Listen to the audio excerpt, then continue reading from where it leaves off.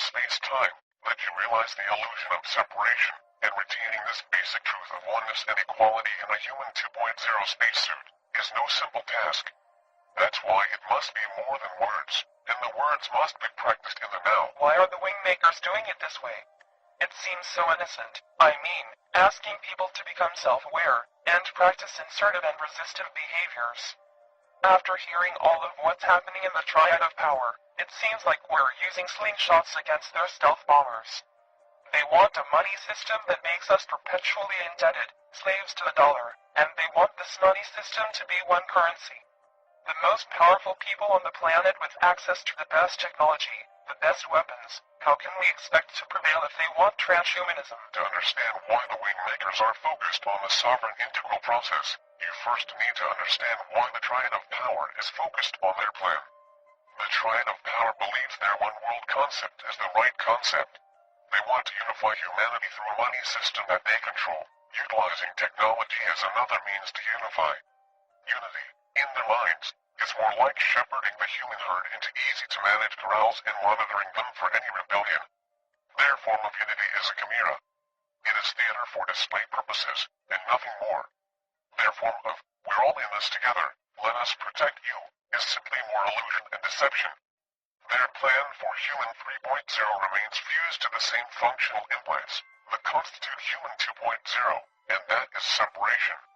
As I said earlier, they are here to prepare for Anu's return, whether they are conscious of it or not. All aspects of the power system, including major religions, are here to prepare. That is their watchword, prepare. The Anunnaki have one dominant belief in humanity. We are weak, because we live in fear, and separation. We do not stand up to the drip-drip-drip of indoctrination, or the slow, but persistent evaporation of our personal liberties. Now, remember that the Anunnaki and their triad of power are both calculating and patient. What they established in our distant past is beginning to come to fruition. The finite, 70-year life of a human being lacks patience. It is programmed to be impatient. This is against infinite beings that see timelines in hundreds of thousands of years and can program individual human beings within those timelines to achieve precisely what they want, if human beings agree to it. If they don't stand up, the Anunnaki do not embrace the sovereign integral process. The notion of oneness and equality seems like a weakness to them. They believe they have the upper hand in this chess match. They foresee checkmate. Humans will fold. The sacrifice of Princess Diana last August was symbolic of the vibrant queen being lost on the chessboard. Those are the kind of messages they make, the kind of bold announcements. They do this out of a feeling of certainty in their programming, and patience. When I say programming, I don't mean just the internal interface that Marduk has programmed, but also the programming of the unconscious mind through the media, culture, religion, politics, and economic structure. The combination of these forces is really the cause of their confidence, because they see our fall as an inevitability. Now, to answer your question, human beings, even those with Anunnaki DNA, can become self-realized of their true nature through a simple process. It doesn't require that they meditate and pray all day, or retreat to an ashram. The sovereign integral process becomes a natural part of the life expression of the individual.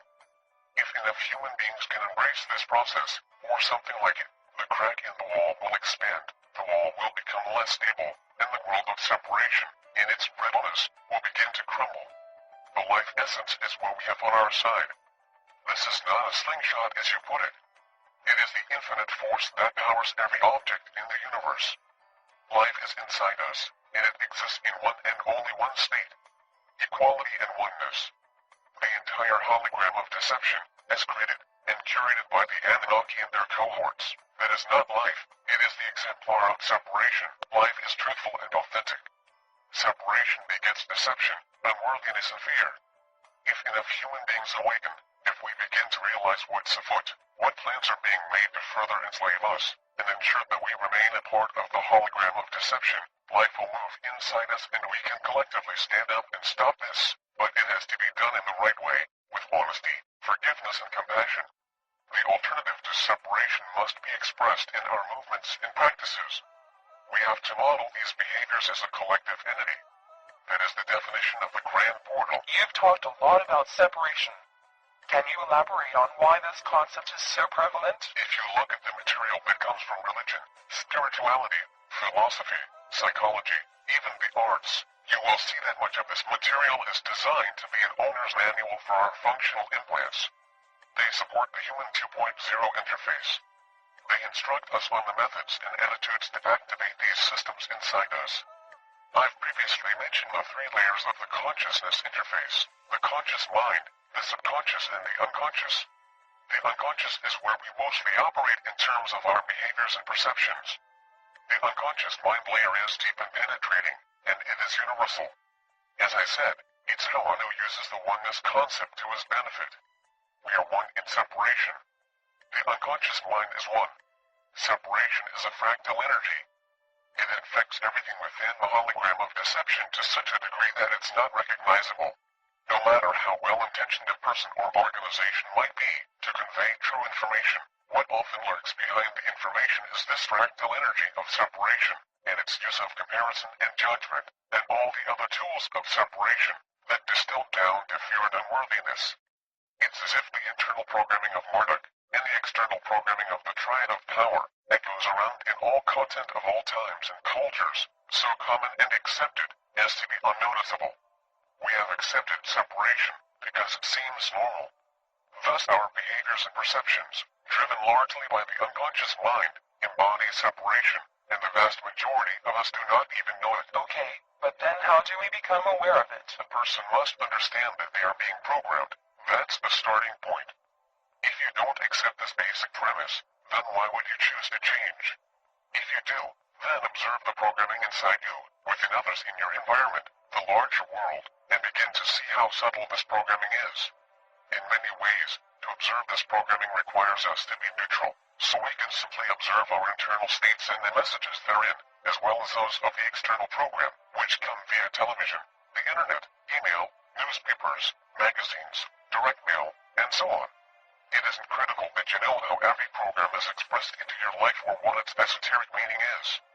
What's important is that you understand you are being programmed and you seek an internal source of direction, inspiration, and movement. The sovereign integral process is focused on you, the individual, directing your own self, life essence, to express itself in oneness and equality. That's it. If you do this, then you are releasing the hold of the programming. For some this can be done quickly, and for others it might require more diligent practice. Can I do this and still be a Christian or whatever I was raised in? I suggest that anyone who resonates with this information, try it out. See how it moves them through their life path. If they want to remain in their current structures, see if elements of the sovereign integral process could be applied. But if you don't see separation in your current practices, then stay there, because you won't have a motivation to be a practitioner. But you just said that most of us don't see separation. I said that if you don't see it in your current practice, then you won't be motivated to change. This process is all about change. Make no mistake about it. It is not selfish in any way. There is no burrowing into the bedrock of a belief system here that will make you feel superior, or privileged, or wise. There really is no belief system here, other than the sovereign integral process. There is no structure, no organization, no master, no hierarchy, no one is above another or below another. Do you see?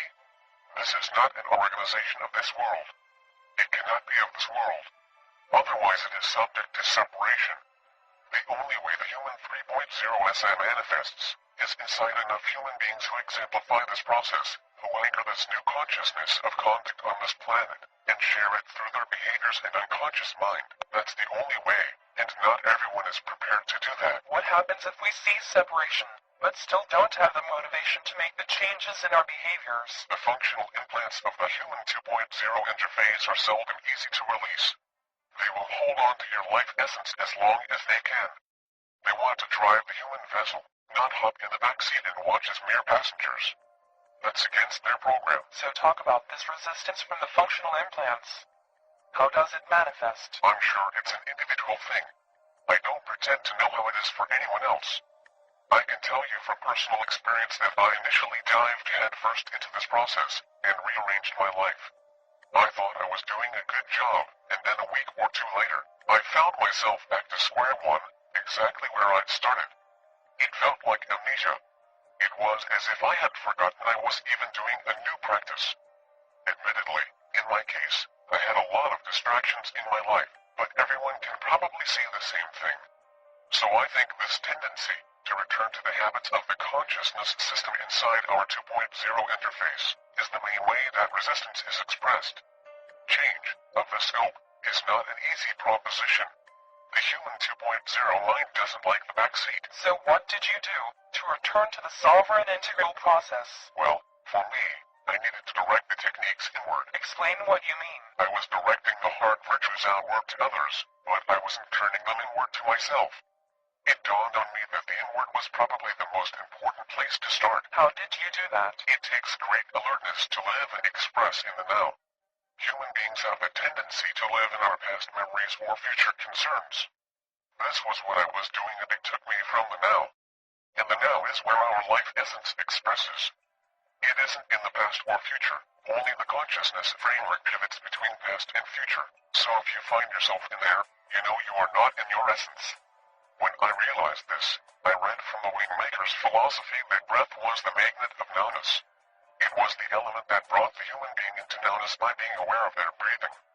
I also learned that there were different kinds of breathing that enabled this sense of nowness to penetrate more vividly into the hologram of deception. The point is that simply being aware of my breath helped, as the Wingmakers put it, to center me in stillness. This, by the way, doesn't mean that you're in a quiet room. You can be in a meeting at work and center yourself in stillness through your breath. But by being in this internal centeredness, I was in a better position to feel my own sense of expression, and that's what was missing in my initial efforts to integrate this process. I didn't have a good starting point for my practice of the hard virtues, and I was directing them outward to other people or events, and not myself first. Once I made that adjustment, it helped me to identify my essence and distinguish it from my mind system. Life essence is authentic in oneness and equality, and exclusively moves in nowness. The consciousness framework pivots between the past, present, and future and operates in separation.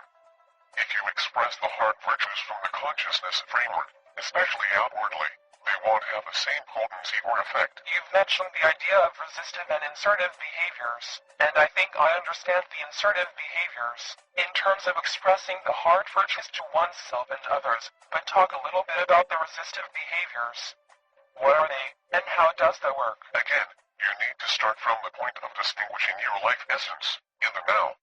Center yourself in nowness through being still and breath aware. Initially this may take some time, but it happens quicker with practice. Thought patterns that connect you to separation need to be stopped. Behaviors, too. You can simply say, I've identified a behavior that supports separation in this world.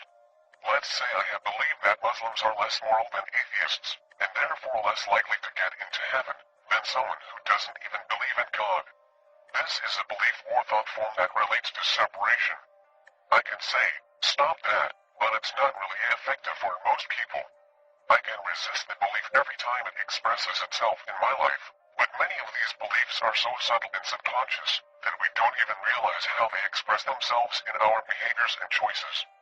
If you apply the hard virtues to yourself, like forgive yourself for having these perceptions, have some compassion for yourself that everyone is infected with these separation beliefs, from their subconscious and unconscious mind layers, be humble that making this resistive alteration is not just about you, but in a way, it's about everyone, because we are one. Appreciate the fact that you are working on this for the good of all. And valor that you can stand up and resist these separation complexes that lurk in your programmed consciousness framework. You can see how I used the hard virtues to effectively deal with a belief or perception that separated me, not just from Muslims, though they were the target in this particular example, but when you draw separation lines around anyone, you're operating from the consciousness system implant, and it only supports the hologram of deception. Okay, but you're not suggesting that I look at rapists and murderers as one with me, are you? Well, that's just it. They are. You can't have oneness and equality and then say, well, that's true, except for this population of society, or these fellows of human race.